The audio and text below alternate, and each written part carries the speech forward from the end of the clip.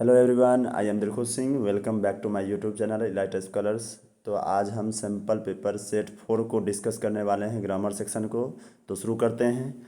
पहला क्वेश्चन है, fill in the blank by using the correct form of the word in the bracket for the given portion of a letter. Letter दिया हुआ है, इसमें कुछ fill करना है। ये जो वर्ब दिया हुआ है इसको फिल करना है, इसके करेक्ट फॉर्म को। लिखा हुआ है, dear sir, through this letter we wish to remind you that we dash an order for 325 litre refrigerator to be delivered on इतना our place at our place.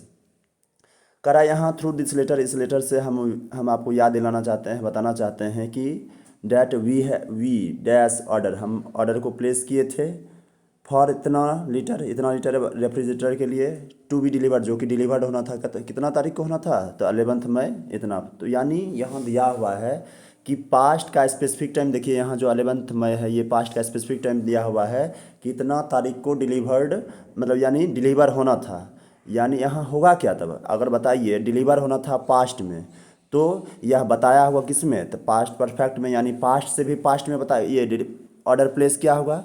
यानी आपको मालूम है कि यदि एक घटना पास्ट में होता है तो उससे पहले वाला जो घटना होता है उसको बोलते हैं पास्ट ऑफ पास्ट, यानी पास्ट परफेक्ट। यानी यहाँ क्या होना चाहिए था, पास्ट परफेक्ट, यानी हैड प्लेस्ड। आपको याद होगा हम बताए थे कि यदि ये घटना, देखिए ये घटना डिलीवर्ड कब होना था, तो 11 मई, जो कि पास्ट है। और उससे पहले ही आपको पता होगा कि प्लेस क्या होगा, ऑर्डर प्लेस करना, मतलब समझते हैं ना, ऑर्डर करना। तो ऑर्डर उससे पहले क्या हो गया, तो उससे पहले क्या होगा, तो ये देखिए ये 11 मई पास्ट है, और ये पास्ट का भी पास्ट है जिसमें ऑर्डर किया गया था, यानी पास्ट परफेक्ट होगा, यानी हैड प्लेस्ड होगा। सेकेंड नंबर क्वेश्चन पढ़ते हैं। कहता है, identify the error in the given sentence and supply the correction. ये जो सेंटेंस दिया हुआ है इसमें कुछ एरर है, उसको आइडेंटिफाई करना है और करेक्शन उसको करना है। लिखा हुआ है, latex was a natural polymer. यहीं से पता चल रहा है कि देखिए अगर नेचुरल पॉलीमर था कि पॉलीमर है, तो आप कहिएगा कि सर पॉलीमर है, जो कि कहाँ कहता है फाउंड, जो कि कहाँ पाया जाता है, beneath the bark of mature rubber tree. तो ये देखिए जो वाज लिखा हुआ है, ये वाज क्या है, गलत है। जैसे हम लास्ट टाइम भी बताए थे, water was vital for human health and fitness, तो वो क्या था, गलत था, क्योंकि वाटर वाइटल है ना, आवश्यक है, था नहीं, अभी भी है, इसलिए वाज की जगह पर क्या होगा, ईज होगा। अब नेक्स्ट क्वेश्चन है, Kabir shared some information with Sahil about his travel plans. अपने, ये जो कबीर है वह साहिल से कुछ शेयर करता है इन्फॉर्मेशन अपने ट्रैवल प्लान के बारे में। रिपोर्ट कबीर्स प्लान है, कबीर का प्लान क्या है, ये जो कबीर का प्लान ये है, इसको रिपोर्ट करना है। तो यानी कबीर के प्लान को रिपोर्ट करना है, यानी कबीर क्या हुआ यहाँ, स्पीकर। तो लिसनर कौन होगा, लिसनर होगा साहिल। तो लिख, यहाँ बना देते हैं, लिखेंगे क्या, लिखेंगे कबीर, ऊपर में लिख देते हैं, कोई प्रॉब्लम नहीं होना चाहिए। लिखेंगे कबीर, कबीर टोल्ड, चूंकि देखिए असर्टिव सेंटेंस है, किससे बोला, तो Kabir told Sahil, Kabir told Sahil that. अब आई फर्स्ट पर्सन चेंज होगा, सब्जेक्ट में क्या है, कबीर है, तो उसके लिए होगा ही। उसके बाद विल को किस में बदल देंगे, वुड में, ही वुड। गो है तो गो ही रहने देंगे, चूँकि V1 ही होगा मॉडल के साथ। उसके बाद टू है, टू लिख दिए, यहाँ लिख देते हैं टू। त्रिपुरा लिख दीजिए, त्रिपुरा। और टुमारो का क्या होगा, नेक्स्ट डे हो जाएगा, यानी the next day, next day लिखिए या फिर द नेक्स्ट डे लिखिए, बन जाएगा। तो देखिए फिर से एक बार रिपीट करते हैं, लिखा हुआ है कबीर के क्वेश्चन को रिपोर्ट करना है, कबीर के प्लान, क्वेश्चन नहीं है प्लान है, तो कबीर के प्लान को रिपोर्ट करना था। तो कबीर यहाँ स्पीकर, आई फर्स्ट पर्सन चेंज हुआ, सब्जेक्ट फर्स्ट, सब्जेक्ट कौन है, कबीर है, क्योंकि स्पीकर हुआ। तो आई फर्स्ट पर्सन चेंज हुआ, सब्जेक्ट फर्स्ट, सब्जेक्ट में है कबीर, कबीर के लिए होगा ही, तो ही लिख दिए। उसके बाद विल को वुड में करेंगे, सबसे पहले यहाँ लिख दिए कबीर टोल्ड साहिल, कबीर साहिल से बोला। उसके बाद कंजंक्शन लगाएंगे डैट, उसके बाद आई चेंज हो जाएगा ही में, विल हो जाएगा वुड में, गो रहेगा टू, त्रिपुरा आप जानते हैं टुमारो किस में बदलते हैं, नेक्स्ट डे बदलते हैं। आई होप यहाँ तक समझ में आया होगा। हम नेक्स्ट क्वेश्चन समझते हैं। नेक्स्ट क्वेश्चन है चौथा नंबर, select the correct option to complete the narration of a dialogue between a passer by and a farmer. है ना, ये दोनों के बीच बातचीत हो रही है, उसको देखना है। हम डायरेक्ट यहाँ से देखते हैं, फुल स्टॉप तक तो देखिए ही मत, फुल स्टॉप के बाद देखिए। लिखा हुआ है the farmer replied that, farmer कहाँ है, यहाँ। तो फार्मर क्या रिप्लाई करता है, drive for 4 kilometres and then turn right. तो देखते हैं क्या होगा, ही में, अच्छा बताइए, रिप्लाइड है यहाँ तो पास्ट है तो मे तो होगा नहीं, गया कम से। अच्छा, drive for 4 kilometre and then turn right, उसके बाद हैड टू कहाँ से आएगा, हैड टू तो होगा ही नहीं, क्योंकि हैव टू हैज टू कुछ है नहीं। अब देखिए, should drive 4 kilometre and then turn right, या फिर माई ड्राइव। तो यहाँ बता रहे हैं ना, यहाँ जैसे बता रहा है, इन्फॉर्मेशन दे रहा है, तो हम बोलते हैं ना कि आपको ऐसे करना चाहिए, वैसे जाना चाहिए, तो है ना। तो माइट तो होगा नहीं, माइट मतलब ये लेस वीक पॉसिबिलिटी, तो क्या होगा, शुड होगा, यानी he should drive for 4 kilometre and then turn right. तो चौथा क्वेश्चन भी बन गया। पांचवा क्वेश्चन देखते हैं, जब ऑप्शन दे दें तो ऑप्शन को पहले एलिमिनेट कीजिए, जो गलत है उसको हटाइए, जो सही है अपने आप बच जाएगा, ठीक है। अदरवाइज आप इसके अनुसार चलिए तो गलत हो जाएगा, ठीक है। हम पांचवा नंबर देखते हैं, लिखा हुआ है fill in the blank by choosing the correct option to complete the slogan. Slogan दिया हुआ, इसको कंप्लीट करना है ऑप्शन के माध्यम से।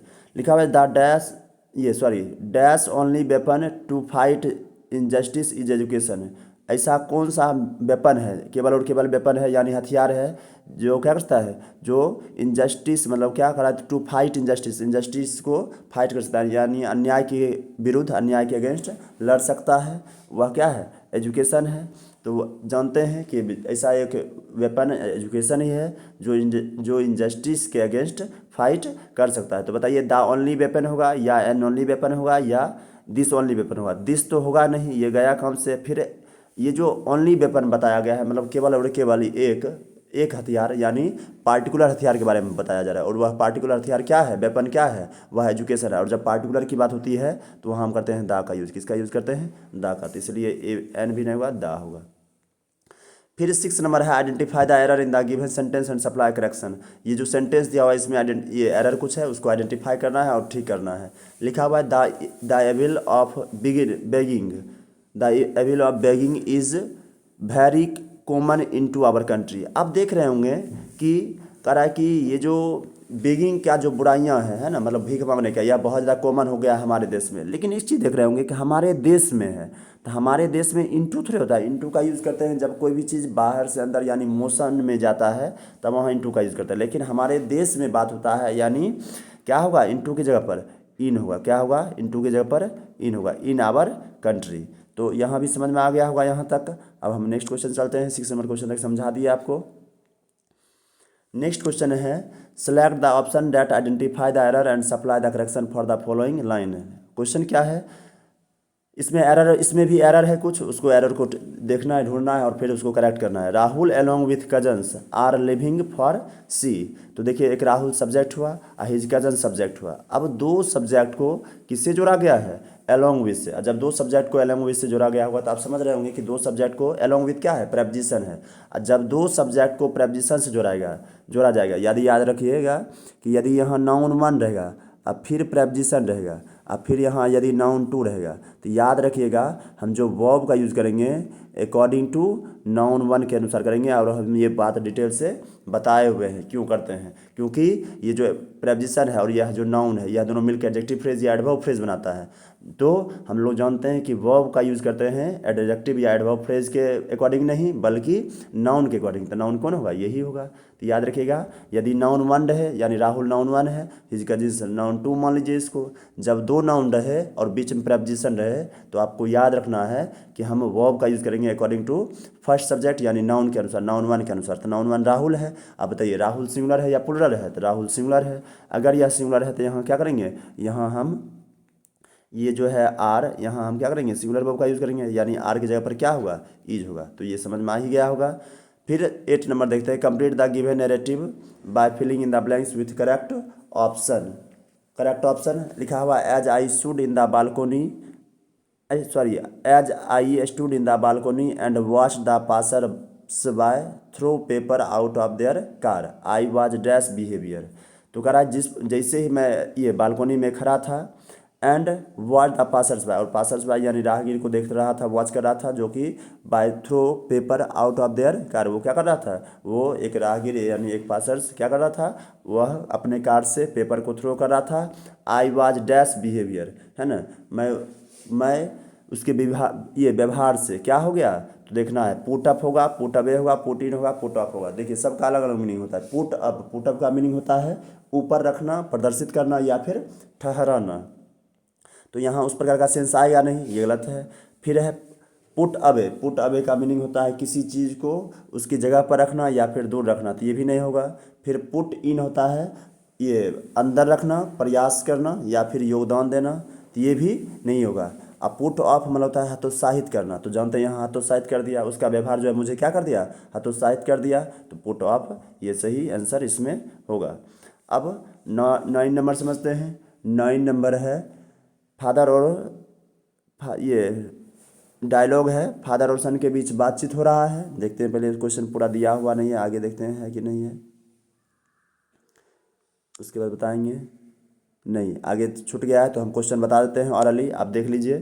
फादर और सन के बीच बातचीत हो रही है। इसमें क्वेश्चन ये है, in response to the question about his favourite project the son said, यानी सन के बारे में बोलना है, द सन सेड। फिर से एक बार क्वेश्चन रिपीट करते हैं, यहाँ तक तो दिया हुआ है बातचीत, उसके बाद आंसर में ये मतलब ये आंसर वहाँ फिर क्वेश्चन आगे दिया हुआ है इसे कि in response to the question about his favourite project the son said that, मतलब सन क्या बोला, तो द सन सेड डैट, उसके बाद आपको बनाना है, यहाँ समझ लीजिए कि डैट तक दिया हुआ है और सन के बाद सन को इंडाइट करना है।